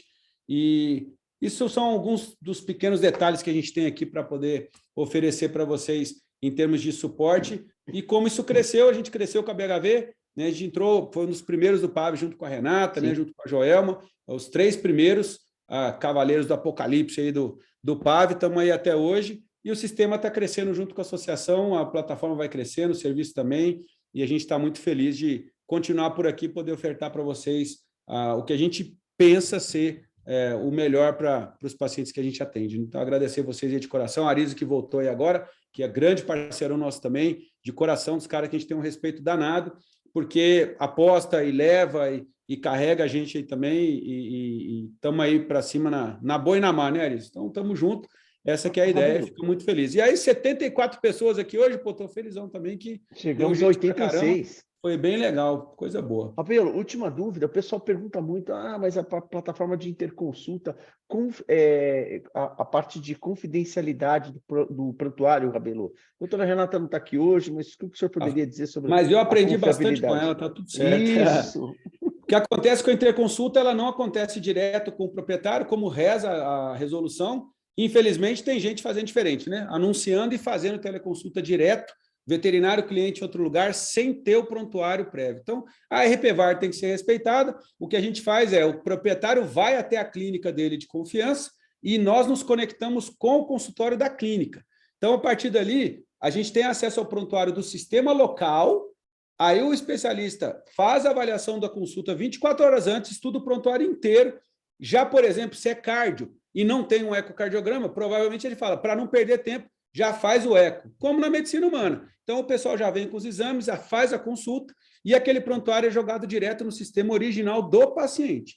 Nós guardamos a nossa parte e eles guardam as partes deles e, claro, levam uma cópia de tudo que a gente faz. A vantagem grande, Paulo pode em algum momento nos confirmar se ele estiver disponível aí, mas é que a gente realmente obriga a que a clínica tenha um veterinário no consultório junto com o proprietário. Motivo simples.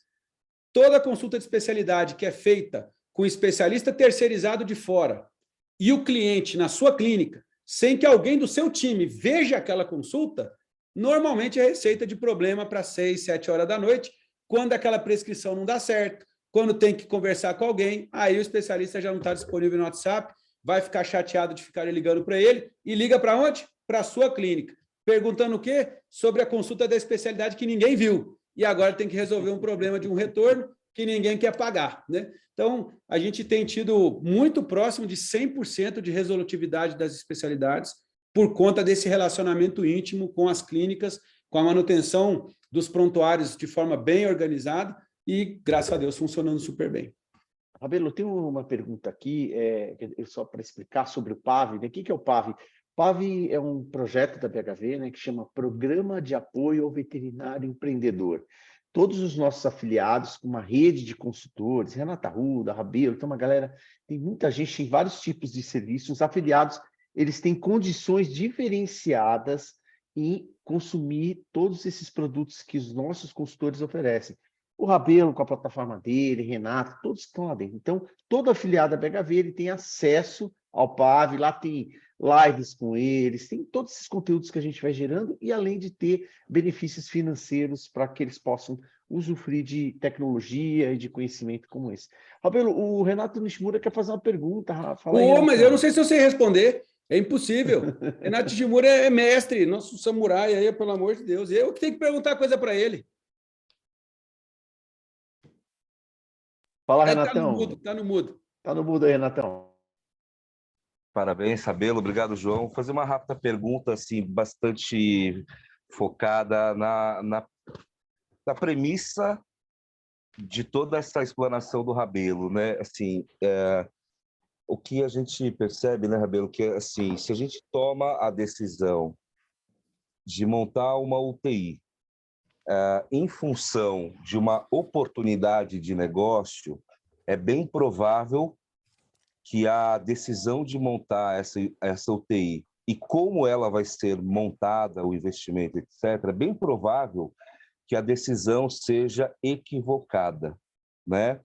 Agora, se a gente pensar na UTI, né, nessa assistência capaz de entregar uma boa UTI, como uma extensão do processo terapêutico, daquela demanda toda que o hospital ele absorve, né?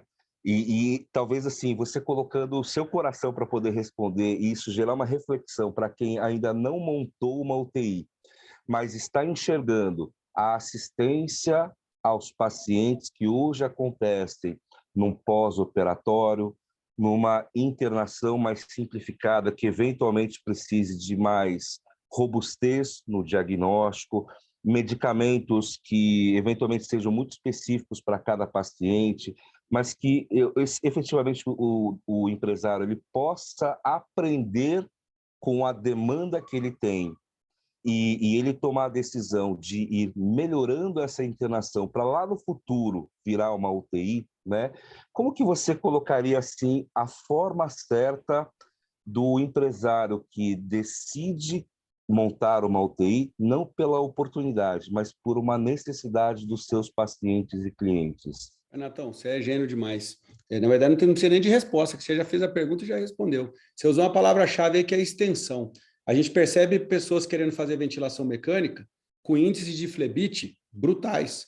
Aproveitando que o Gustavo está perguntando, o que a gente costuma medir? Coisas simples. Então, assim, eu não posso ter um lugar com ventilação mecânica onde meu índice de flebite é alto demais, onde meu índice de catéter por punção é alto demais. Então, assim, a gente começa dos índices básicos. A gente demorou, a gente brinca até hoje, que naquela época que a gente começou lá com o João, em 2006, fazer uma gaiola ficar sem cocô por menos de 1 minuto, durou 4 anos para conseguir resolver isso. Para fazer higiene 100%, não tem cocô, não tem xixi na gaiola. Hoje é mais realidade para todo mundo falar que as gaiolas são higienizadas, mas não era. Era jornal, vocês lembram disso? Do jornal para o tapete, foi um projeto. Era caro.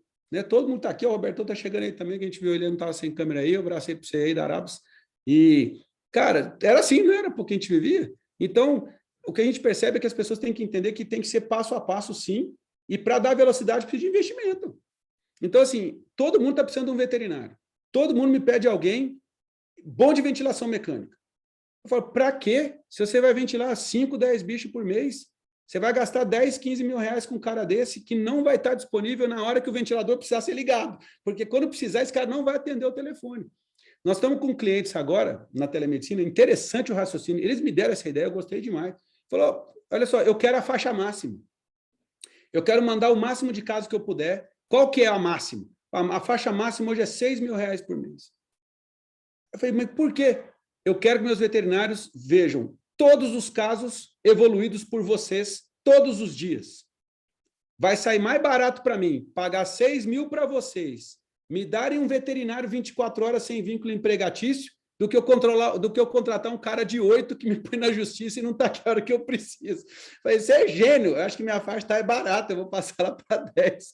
Então, a gente teve uma experiência essa semana espetacular, a colega que está fazendo um trabalho com a gente na telemedicina, fazendo um TCC com os casos que a gente atendeu, e ela teve que ver 100 casos para poder gerar um prompt que a gente está fazendo para o próximo passo do robô que a gente vai tá desenhando para o diagnóstico e prognóstico. 100 casos. Ela gastou 2 dias para ler 100 casos na plataforma. Ela virou para mim e falou assim, vou devolver minha pós-graduação, que eu tinha para aprender aqui, eu aprendi em 100 casos, porque a descrição é baseada em evidência, a literatura acoplada está junta. Então, vira um caso da vida real, né? Então, eu entendo que se a gente pensar em continuidade, eu tenho que ter a melhor enfermaria, a melhor internação simples da minha cidade.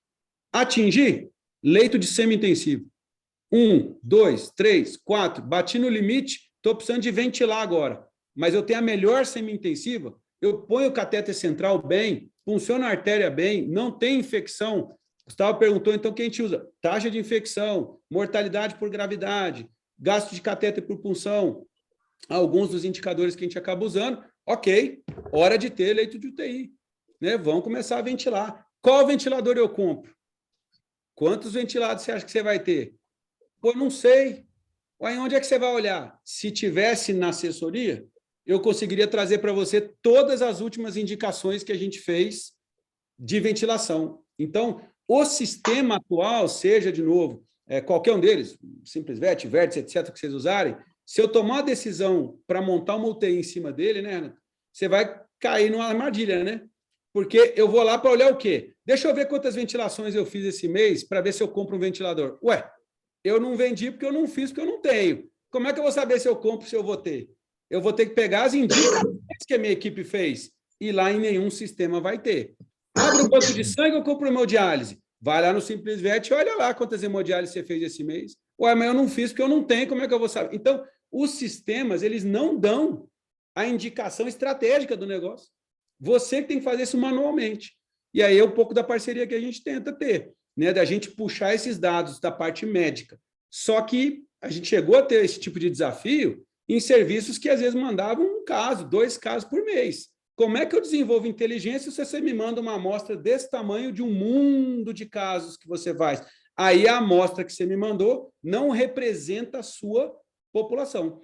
Então, por isso que esse novo comportamento desses novos clientes de buscar faixa máxima para acelerar o processo, educar as pessoas que ele tem, fazer o melhor que eu posso com o que eu tenho na cidade que eu estou, do jeito que eu tenho, do jeito que eu posso, sem inventar moda de contratar estrela e etc., parece ser uma solução viável para centros médios e menores, distantes de capital, que estão procurando resolver o problema de mão de obra, não conseguem, não vão conseguir, porque estão competindo com grandes capitais por busca dessa mão de obra, que estão pagando 15, 20, 25 mil reais para um veterinário. Está ficando impraticável competir desse jeito. Então, eu acho que é isso, cara. Eu deixo a palavra de hoje, é que você usou aí, ó, extensão, continuidade. Isso é o necessário para que a gente consiga atingir. Sair de uma internação ruim e suja para uma UTI é receita do desastre. Falou tudo aí. O Rabelo, finalizando aqui, né? Primeiro, a gente está respeitando o tempo do pessoal. Primeiro, eu já queria te agradecer, mas eu queria te fazer uma provocação, Rabelo. Até onde você acha que a inteligência artificial, tão na moda agora, né? A gente fala de armazenamento de dados, eu vi você falando, comparação. Até onde você acha, isso é uma discussão que eu brinco muito com a Deodato, até onde você acha que a inteligência artificial vai ajudar e vai atrapalhar esse universo do online, dando suporte para o offline? Acho que, do ponto de vista prático, que é uma coisa que a gente já pode trazer, ela simplesmente está me ajudando a transformar a teoria em prática. Em 2008, quando eu finalizei meu doutorado, a minha tese foi com o modelo prognóstico. Inclusive, o Santa Inês fez parte dos 6 hospitais que participaram desse estudo multicêntrico, que até hoje é o maior estudo multicêntrico de emergência do planeta, com 520 pacientes, onde a gente determinou árvores de decisão para descobrir o seguinte: pô, se esse cachorro tiver mais que 3 quilos, consciente e normotérmico, com lactato de 3, 97% de sobrevida. Então, essas árvores estão construídas, elas estão publicadas. Como é que a gente conseguiu jogar isso na prática de 2008 até 2023? Não conseguimos. Dificilmente houve aplicação prática, porque é muito difícil. Um Apple Score hoje, para quem já ouviu falar, é quase impossível você fazer um cálculo dele na mão. É logaritmo para cá, potência para lá. Eu preciso da máquina. Para eu jogar a pressão arterial, lactato, albumina no sistema, e aí, puf, apita lá para mim aquele negócio. E ele vai falar assim: opa, isso aqui é vermelho, joga nessa unidade, ela está ocupada, tem que desocupar, custa tanto. É aqui que vai funcionar. Então, o modelo que a gente... o piloto que a gente desenvolveu com os primeiros 100 casos, e agora nós vamos evoluir para os 6.000. Então, a gente precisava de gerar a inteligência. Né? Para ela ser inteligente, né? Shit que entra, shit que sai. Né? Então, ou lixo que entra, lixo que sai. Então, a gente precisou agora, com 6.000 casos, a gente tem agora dados suficientes, por exemplo, de hematócritos de 6.000 animais com 6.000 doenças diferentes, raças diferentes, morando em cidades diferentes. O que ela vai conseguir fazer com isso, a gente já imagina. Então, a gente tem um lake de dados já grande, mas que ainda é pequeno quando se fala do volume para a inteligência, né? Mas dentro da veterinária, você falar em 6.000 casos com fluxo médico controlado, vai poder gerar uma coisa inteligente. Então, o que a gente vai fazer? Eu não falei de eficiência lá atrás? O que eu preciso hoje? Eu também tenho problema com mão de obra. Eu disputo com vocês, só que no hospital digital. Eu também tenho plantonista agora. A Jéssica estava aí com a gente aqui agora. Às vezes 2 de plantão, às vezes 2 veterinários cuidando de 8 pacientes na nossa plataforma. Porque é por gravidade. Eu também tenho o mesmo problema, só que eles estão em casa, não estão nas clínicas. Bom, eu não consigo achar essa pessoa. Não consigo treinar. O que eu tenho que fazer? Eu não posso colocar um veterinário meu de alta capacidade para atender uma dúvida simples. É caro para mim, é ruim para ele, ocupa o sistema. Quem vai fazer isso? O robô. Mas quem é o robô? O robô sou eu. Sou eu que fiz o cálculo, a pessoa lança os dados lá e já vai falar, olha só, isso aqui, essa gravidade é para ir para a Jéssica. Essa gravidade é para ir para o Júnior. Essa gravidade é do César ou é do Rabelo. Então, ele vai encaminhar para a gente os casos, distribuindo o recurso de uma maneira que a gente consiga até baratear o nosso serviço, não precisando de atender as dúvidas simples com gente altamente capacitada. Esse é o primeiro passo, que a gente espera até, né, o fim do ano que vem. Isso está bem estabelecido, também com as parcerias com o Federal de Goiás e alguns outros centros de tecnologia que estão nos ajudando, aí vamos embora para frente. Então, a gente espera que aconteça isso. Agora, como é que atrapalha? É fácil, atrapalha como já atrapalha. O YouTube, como já atrapalha o Instagram, como já atrapalha o Facebook, você pode usar ele para o bem ou para o desastre. Então, se você usar o próprio ChatGPT como uma opção, na sua versão paga principalmente, hoje tem mais 3 ou 4 sistemas de inteligência que a gente tem usado para resolver caso clínico. Vocês viram o estudo do JAMA, não sei se viram, a gente pode jogar isso numa outra live, mas o estudo do JAMA essa semana nada de novo na corte, né? Então, assim, o chat foi mais empático, resolveu mais problema e os clientes gostaram mais. Aí todo mundo, né? Claro que a mídia virou e falou, acabou a vida do médico. Ô, imbecil, quem foi que jogou o dado lá? Então, assim, se jogasse um dado ruim, ia sair coisa ruim. Outro dia eu estava fazendo um exercício e ele me deu algumas ideias, ótimo, sobre um exercício prático que a gente vai fazer. Até para isso ajuda, para o nosso, por exemplo, para o nosso workshop do PetVet, algumas das tarefas que nós vamos fazer no workshop foram geradas pelo ChatGPT. Falei, me ajuda com uma tarefa para esse workshop de RCP, para veterinários que não sei o quê, porque eu estou sem ideia. Aí ele falou, faz essas 10 coisas aqui que vai ser legal. Eu separei as melhores. Então, isso funciona bem. Aí eu falei, mas me dá a referência. De onde você tirou essa ideia? Aí ele solta umas coisas tipo, João Buch, Marcelo Sanson publicaram no Journal of Arabican International, etc. O Júnior não existe, o João não publicou nada, mas ele colocou uma referência que não existe. Esse hoje é o grande problema desta ferramenta especificamente, simplesmente inventar coisas convincentes. Cara, ele é quase um veterinário. E Rabelo, acho que é isso. Em breve, por isso tem que ficar com medo. Ele conta mentira de um jeito que te convence. Isso sim pode substituir muita gente. O grande medo é que o cliente também tem acesso a ele, né, Rabelo? Por isso que eu fiz o curso do ChatGPT para cliente e para veterinário. Tá lá, tem 1 horinha, pode ir lá assistir como não cair nas armadilhas. Mas eu tenho que ensinar o cliente também e ensinar o veterinário a não cair na armadilha do cliente. Não tem jeito. E a versão nova paga aí, então, vem para arrebentar tudo no meio, né, Rabelo? Não só ela, mas os plugins que estão dentro dela, né? Que estão ajudando demais a você estabelecer a questão dos textos e se comunicar melhor. Isso tem ajudado realmente bastante. Claro que não dá para trabalhar com dados totalmente atualizados pela base que está jogada lá, mas já a base 2023 vai estar lá. Outras inteligências estão fazendo isso.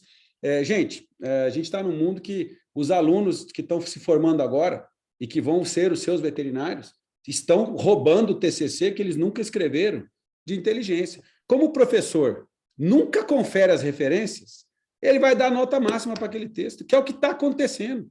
É absurdo. A gente pegando TCC com referência que não existe. Eu fui fazer banca de defesa outro dia, olhei para a referência e falei, não existe. De onde será que saiu? Pô, tese de doutorado? Aí já não dá, entendeu? Presta atenção.